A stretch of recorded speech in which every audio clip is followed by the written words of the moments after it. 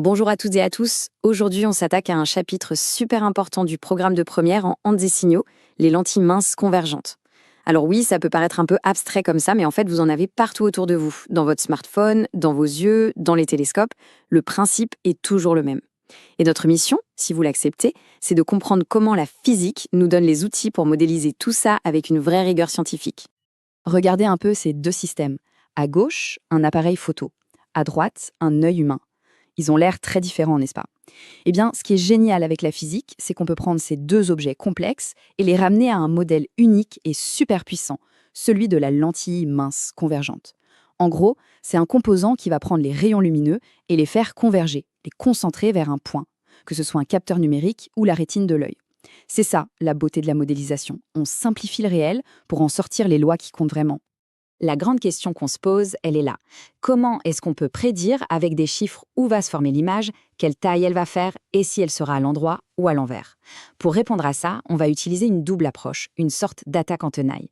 D'abord, on va dessiner pour avoir l'intuition. Et ensuite, on va calculer pour avoir la précision. Allez, on commence par la première approche. Avant de se jeter sur les équations, la meilleure façon de sentir comment ça marche, c'est de le construire. On va littéralement dessiner le trajet de quelques rayons de lumière bien choisis. C'est ce qu'on appelle la construction graphique. Ok, pour faire un dessin correct, il nous faut un plan, des repères. D'abord, l'axe de symétrie de la lentille, c'est l'axe optique. Facile. Le point où la lentille croise cet axe, c'est le centre optique. On le note haut. Et enfin, les deux stars du schéma, le foyer objet, noté F, et le foyer image, noté F'. Faites bien attention à leur position, ce n'est pas au hasard. C'est une convention qu'il faut absolument connaître. Maintenant, accrochez-vous bien parce que tout, absolument tout, repose sur la connaissance de 3 rayons lumineux très spéciaux. Si vous maîtrisez leur trajectoire, vous savez tout faire. Règle numéro 1, le rayon qui passe par le centre optique haut, lui, il continue tout droit, il n'est jamais dévié. Règle numéro 2, le rayon qui arrive parallèle à l'axe optique, après avoir traversé la lentille, il est obligé de passer par le foyer image F1.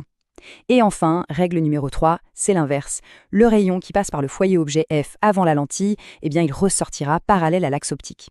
Ces 3 règles, c'est la clé de tout. Bon, on passe à l'action. On prend notre objet qu'on appelle AB. Depuis le point B tout en haut, on trace nos 3 fameux rayons. Et là, magie, regardez bien, ils convergent, ils se croisent tous en un seul et unique point. Ce point, c'est B', l'image du point B. On projette ensuite B' sur l'axe et on trouve A'.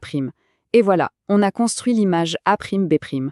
Grâce à notre dessin, on sait où elle est, quelle taille elle fait, et on voit bien qu'elle est renversée. Le dessin, c'est super pour comprendre, pour visualiser.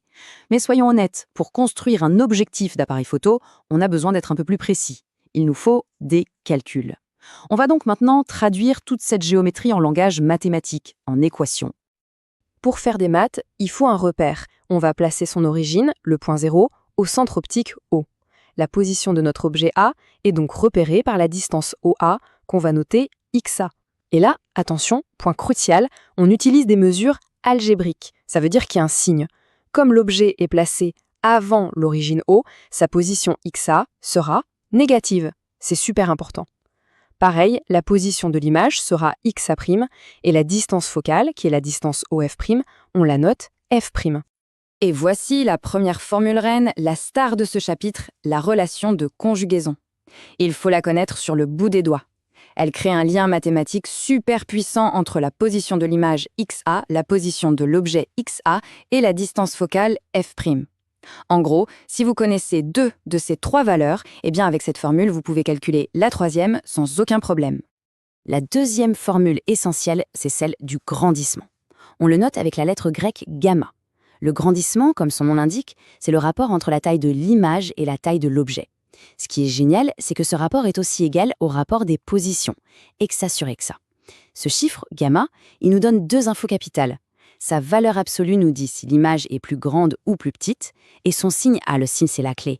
S'il est positif, l'image est droite. S'il est négatif, l'image est renversée. Ok, maintenant qu'on a nos outils, le dessin d'un côté, les formules de l'autre, on va les utiliser pour faire la différence entre les 2 grands types d'images qu'une lentille convergente peut former. Pour faire simple, pensez à la différence entre l'image d'un vidéoprojecteur qu'on projette sur un mur et l'image qu'on voit à travers une loupe. On va voir pourquoi ce n'est pas du tout la même chose. Analysons ces 2 schémas. À gauche, l'objet est placé assez loin de la lentille, avant le foyer F. Regardez les rayons qui sortent de la lentille. Ils se croisent pour de vrai. On peut mettre un écran à cet endroit et on verra une image nette se former dessus. C'est ça, une image réelle. Maintenant, à droite, on a rapproché l'objet. On l'a mis entre le foyer F et la lentille. C'est l'effet loupe. Là, les rayons qui sortent divergent. Ils s'écartent. Ils ne se croiseront jamais.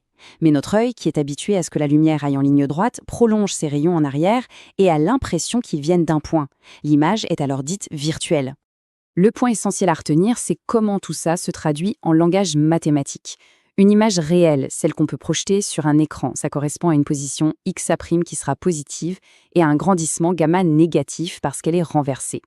À l'inverse, une image virtuelle, comme avec la loupe, eh bien ça correspond à une position xa' négative et un grandissement gamma positif parce que l'image est droite. C'est systématique. Bon, la théorie c'est bien beau, mais l'objectif c'est de savoir s'en servir. On va donc maintenant voir concrètement comment on résout un exercice type bac sur les lentilles. On va se créer une méthode de travail. Prenons un exemple classique, le vidéoprojecteur. L'énoncé nous dit qu'il permet de former une image sur un écran. Rien qu'avec cette petite phrase, on a une information capitale. Si l'image se forme sur un écran, ça veut dire qu'elle est de nature réelle, bien sûr. Première étape, c'est un réflexe à avoir. On lit l'énoncé et on liste proprement toutes les données numériques. Ici, on a la distance focale f', la position de l'image xa' et la taille de l'objet AB. Et là, alerte rouge. On fait super attention aux unités. On a des millimètres et des mètres. Il faut absolument tout convertir dans le système international, donc en mètres, avant de commencer le moindre calcul. Sinon, c'est l'erreur assurée.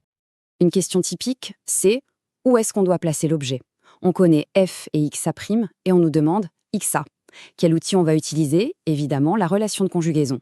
On prend la formule, on isole l'inconnu, c'est-à-dire 1 sur xa, et c'est seulement après avoir fait cette manipulation littérale qu'on passe à l'application numérique.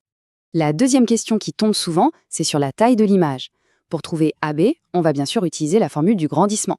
La bonne méthode, c'est d'abord de calculer la valeur de gamma en utilisant le rapport des positions, et une fois qu'on a cette valeur, on s'en sert pour trouver la taille de l'image AB. Après calcul, on trouve un grandissement de moins 65,6. Alors, comment on interprète ce résultat ?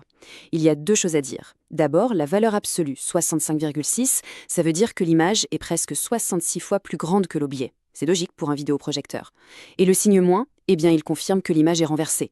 D'ailleurs, c'est une vraie contrainte technique. Dans les vidéoprojecteurs, la puce électronique qui crée l'image est physiquement montée à l'envers pour que l'image qu'on voit sur le mur soit à l'endroit. Donc, si on résume tout ça, pour modéliser une lentille, on a deux approches qui sont parfaitement équivalentes. L'approche graphique, qui est visuelle, basée sur les 3 rayons remarquables, et l'approche par le calcul, qui est analytique et qui utilise la relation de conjugaison et celle du grandissement. Les deux décrivent exactement le même phénomène physique, mais avec deux langages différents. La géométrie d'un côté, l'algèbre de l'autre. Du coup, pour le bac, ce qu'on attend de vous sur ce chapitre est très clair. Il y a 3 compétences clés. Premièrement, modéliser, ça veut dire être capable de faire une construction graphique propre et juste. Deuxièmement, calculer, c'est-à-dire maîtriser l'application des 2 formules sans se tromper dans les signes et les unités. Et enfin, troisièmement, interpréter, c'est-à-dire être capable de donner un sens physique au résultat d'un calcul. En conclusion, j'espère que ce chapitre vous paraît maintenant beaucoup plus clair. L'étude des lentilles, c'est vraiment l'exemple parfait de la démarche qu'on a en physique. On part d'un objet du quotidien, on en construit un modèle simple, mais qui permet de prédire des choses, et on utilise les maths comme un outil pour obtenir des résultats précis. Si ce cours filmé t'a été utile, pense à laisser un like, ça fait toujours plaisir, et à t'abonner pour ne pas rater les prochains chapitres. N'hésite pas à le partager avec des camarades qui pourraient en avoir besoin. Allez, bon courage pour les révisions et à très bientôt.